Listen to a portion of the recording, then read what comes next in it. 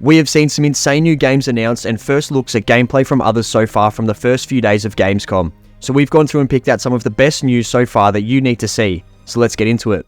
We have finally got some gameplay for Crimson Desert. The game has been teased years ago and many thought it was just too good to be true, but now we can actually see how it looks and plays, and it does look really good.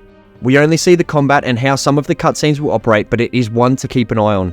If you don't know about Crimson Desert, it's set in the same world as Black Desert, made by the same developers, and you play as a mercenary in a war-torn fantasy medieval world. There are a number of factions scattered throughout the world, some having their own unique biomes and culture that they've taken inspiration from. Throughout your travels, you'll come across different mythical creatures, bosses and enemies to take down, and despite it being single player, you can call upon your allies after you've earned their respect through a reputation system. The combat and movement systems look slick and detailed, with you being able to perform some crazy acrobatic and magical maneuvers. The game is stacked with content and storyline to play through that made it almost too good to be true, but with these trailers it confirms that it's well on its way. It's expected to be releasing to PlayStation, Xbox and PC in Q2 of 2025.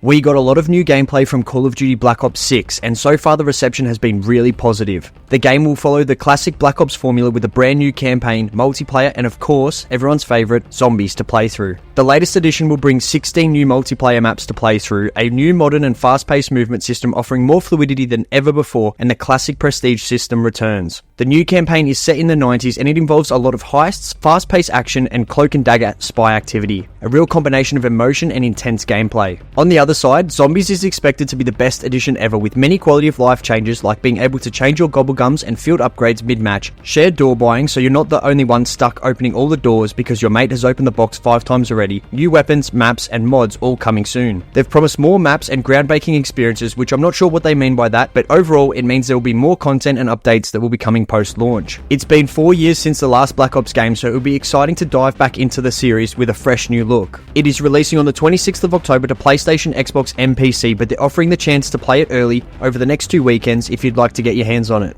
It was announced a few months ago, but Kingdom Come Deliverance 2 got a proper gameplay trailer, and we are very excited for the next chapter of Henry's tale. You can see the scope and quality of the game has gone to another level and drastically improved compared to the original, and that is because of how successful the first one was, and they've used that to expand the team and improve the quality, which is great to see. The story development from the first game to the second emulates the success of the studio, with Henry moving from simple barons to now leading a rebellion against the King of Hungary, and the story will now take Henry from small towns to one of the jewels of the Holy Roman Empire. It looks like most of the gameplay will be pretty similar, but with more options, customization and quality of life changes, with a whole new story for you to play through. The world will now be more responsive to Henry and how he looks and the decisions he makes, like if you throw a nice hat to a homeless person, he will be wearing it shortly after. Or if you kill someone, their partner will be crying out the front when you next visit their home to make you feel bad. Each NPC has their own life routine that they will live through that you can interact with, or they might approach you with random encounters. It's one of the games that I'm most excited to try when it releases on the 11th of February 2025 to PlayStation, Xbox and PC.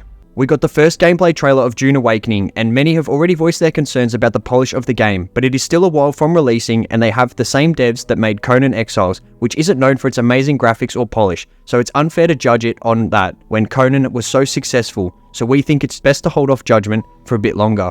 Surprisingly, they took the MMO route instead of an RPG, but I think it's going to work with the features they've included, and their familiarity of making MMOs is going to help. In a world where Paul Atreides doesn't exist, you need to create a guild, and the main focus is establishing trade, a defense, and upgrading your combat gear to be able to fight off against the rest of the players' guilds. It will tie in all of the features that are so prominent within the movie, like desert survival, hydration, and of course the sandworms that you'll need to be careful of, with the survival aspects that many games have, including gathering, building, combat, and they've emphasized how important trade and controlling the spice will be. There's a full character progression system along with crafting and building, but there's also the world of Arrakis to explore. The villages of Arakeen and Harko will be bustling hubs for you to trade, pick up contracts, and make contact with other players. Scattered throughout the map will be ancient Imperial testing stations, bandit and slaver camps that you can infiltrate to find secrets or powerful loot to help your cause. It's expected to release sometime in 2025 to PC, PlayStation, and Xbox. The next game on the list is a game called Atomfall, which is made by the same team that makes the Sniper Elite series, and Atomfall gives us Fallout vibes as it's similarly a survival RPG where a nuclear disaster has left an area of Britain in tatters, and you, the player, need to explore and fight your way through the world in search of answers. You'll need to explore the quarantine zone, scavenge, craft, barter, fight, and talk your way through a British countryside that's filled with some bizarre characters, mysticism, cults, and rogue government agencies.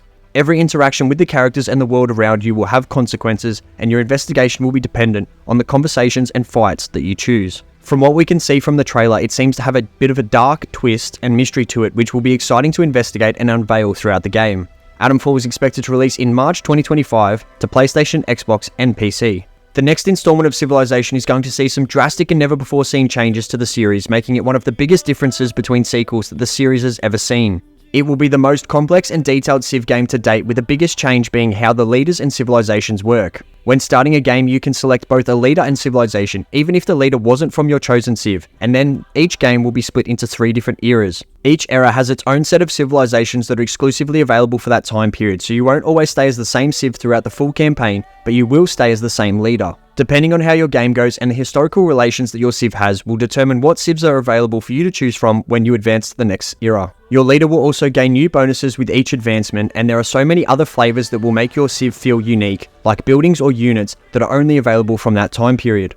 So in one game you could play as Egypt, Songhai, and Buganda depending on what Civ will benefit you, or if you'd prefer to stay historically accurate. The choice is yours. This will mean there will be so many more variety of leaders and civilizations to play from, including some never before seen ones like the Magyars that they've showcased.